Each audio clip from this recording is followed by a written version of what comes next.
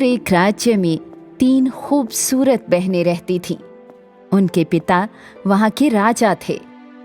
वे अक्सर ball dance करवाते रहते क्योंकि उनकी बेटियों को डांस करना पसंद था।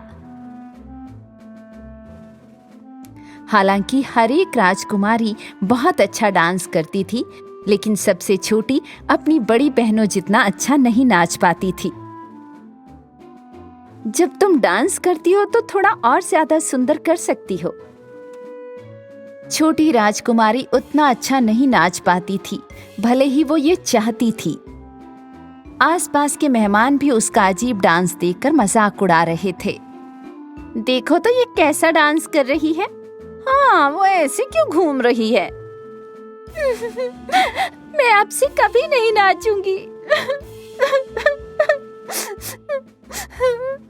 मिया बहुत निराश हो गई, इसलिए वो तुरंत बॉलरूम से निकल गई और खुद को जंगल में एक केबिन में बंद कर लिया। वो आसमान में तारों को देखकर सोचने लगी कि वो कैसे अच्छा डांस करे। उसने देखा कि एक युवक उसके घर के पास से गुजर रहा है। वो आदमी बहुत सुंदर और कमाल का डांस कर रहा था। चांदनी रात में मिया ने उसकी तारीफ की और बाहर चली आई। तभी उसके पैरों में एक गिलहरी टकराई, जिसकी वजह से वो जोर से चिल्लाई। ओह! वो क्या था? आदमी ने नाचना बंद कर दिया और उन दोनों की नजरें मिली। आप ठीक तो है ना मैडम? जी, मुझे बस गिलहरी से डर लगता है। उनका स्वभाव ही ऐसा है, आप उनसे डरिए मत। मिया ने उसे कोई जवाब नहीं दिया। वो पूछने लगी कि उसने इतना अच्छा डांस कैसे किया। आदमी ने अपने पहने हुए जूते दिखाए। मैं जूते बनाता हूँ और मैं ये नाचने वाले जूते बनाने के लिए कीमती सामग्री का उपयोग करता हूँ और इस तरह मैं हर रात जंगल में नाच सकता हूँ। ओह, मुझे विश्वास नहीं हो रहा। मुझे आप जैसे जूते बनाने वाले की जरूरत है। उस युवक ने अपने बैग से 3 जोड़ी जादुई जूते निकाले और उन्हें मिया के सामने रख दिया। अपनी आंखें बंद करो और इनमें से कोई एक जादुई जूता अपने लिए चुनो। पर याद रहे, हर जादुई जूते का एक नियम है और अगर तुमने उस नियम का पालन नहीं किया तो जूता तुम पर जादू कर सकता है। मिया ने तुरंत कसकर अपनी आंखें बंद कर ली। दूसरी ओर जूते बनाने वाले ने मिया को मौका देने के लिए जूतों की अदला बदली की। अब अपने लिए एक जोड़ी जूता चुनो। आप मुझे डांसिंग पॉल की सबसे सुंदर लड़की बना दें। मिया ने चमकीले लाल जूते चुने अपनी उंगली से और आंखें खोली।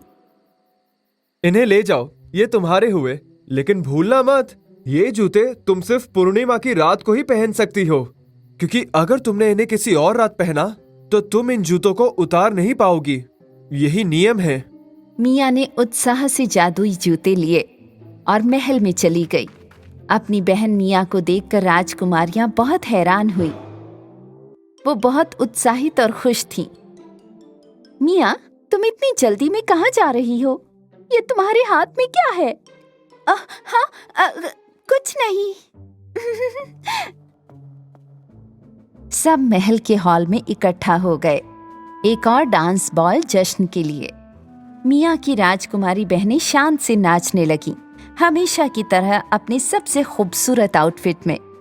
नन्ही राजकुमारी मिया ने जादू के जूते पहने और महल के हॉल में डांस किया। उसने बहुत सुंदर डांस किया। वो गाने की लय के साथ थिरकती रही, इतनी कोमलता से कि राजकुमारी की बहनें और मेहमान सब वाह वाह करने लगे। सुंदर डांस कर रही है। मिया बहुत सुंदर डांस कर रही थी, लेकिन वो जूते बनाने वाले का नियम भूल गई थी, क्योंकि उस रात आकाश में पूर्णिमा नहीं थी और जब मिया डांस कर रही थी वो धीरे धीरे गायब होने लगी। अब सिर्फ उसके नाचने वाले जादू के जूते रह गए। उस समय हॉल में हर कोई डर के मारे चिल्लाने लगा और भागने लगा। अरे, वो कहाँ चली गई? वो नजर क्यों नहीं आ रही?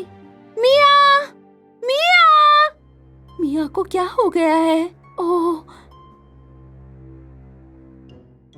जब सब चिल्ला रहे थे तो मिया ने अपनी आंखें खोली, लेकिन वो समझ नहीं पा रही थी कि क्या हो रहा है। लिविंग रूम के बड़े शीशे में उसे सिर्फ वही जादुई जूते दिखाई दे रहे थे जो उसने पहने थे, पर वो खुद को नहीं देख पा रही थी। ओह! मैं अदृश्य हो गई हूँ। मैंने जूतों के नियम का पालन नहीं किया। अब ये मेरे पैरों से चिपक गए हैं।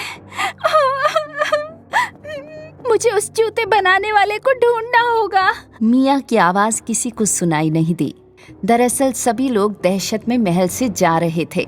लाल जूते हॉल में कभी दाएं तो कभी बाएं चल रहे थे। मिया तुरंत हॉल से बाहर भागी।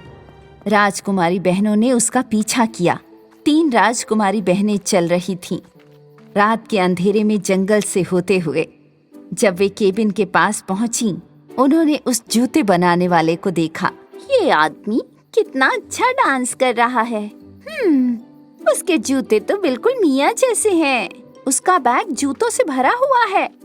मिया की बहनों ने जूते बनाने वाले से मदद मांगी। हालांकि उसने कहा कि उन्हें इंतजार करना पड़ेगा पूर्णिमा की रात तक जादू को तोड़ने के लिए। मिया बहुत परेशान हो गई थी अपने पैरों के बिना रुके थिरकते रहने की वजह से। मेरे पास एक उपाय है, लेकिन अगर हम वैसा करते हैं तो तुम्हारे जूते अपनी जादुई क्षमता खो के साधारण जूते बन जाएंगे। अगर तुम सहमत हो तो अपने पैरों को आपस में 3 बार टकराओ। मिया ने सोचा कि जूते पहनकर अदृश्य होने की बजाय उन्हें छोड़ देना ही बेहतर है। उसने अपने पैरों को एक साथ 3 बार मारा। सामने जूतों वाला नवयुवक और पीछे मिया। वे कुएं की तह में चले गए कुछ और दूर। जूते बनाने वाला कुएं की तह में कूद गया। ये देखकर राजकुमारी बहनें बहुत हैरान थीं। कुछ समय बाद जूते बनाने वाला कुएं से बाहर आया, अपने हाथ में पूरी बाल्टी लेकर। मैं ये मिट्टी तुम्हारे जूतों पे छिड़क के तुम्हारे जूतों का जादू तोड़ दूंगा। जादू सचमुच टूट गया जब जूते बनाने वाले ने जादू के जूतों पर पूर्णिमा की धूल छिड़की और मिया फिर से प्रकट हो गई। उसकी बहनों ने भागकर उसे गले लगा लिया। मिया, तुम्हें जादू या जादू के जूतों की जरूरत नहीं, क्योंकि सभी को नाचना चाहिए, उन्हें चाहे जैसा भी आता हो। हाँ, तुमने सही कहा। धन्यवाद जूते बनाने वाले, बहुत बहुत धन्यवाद।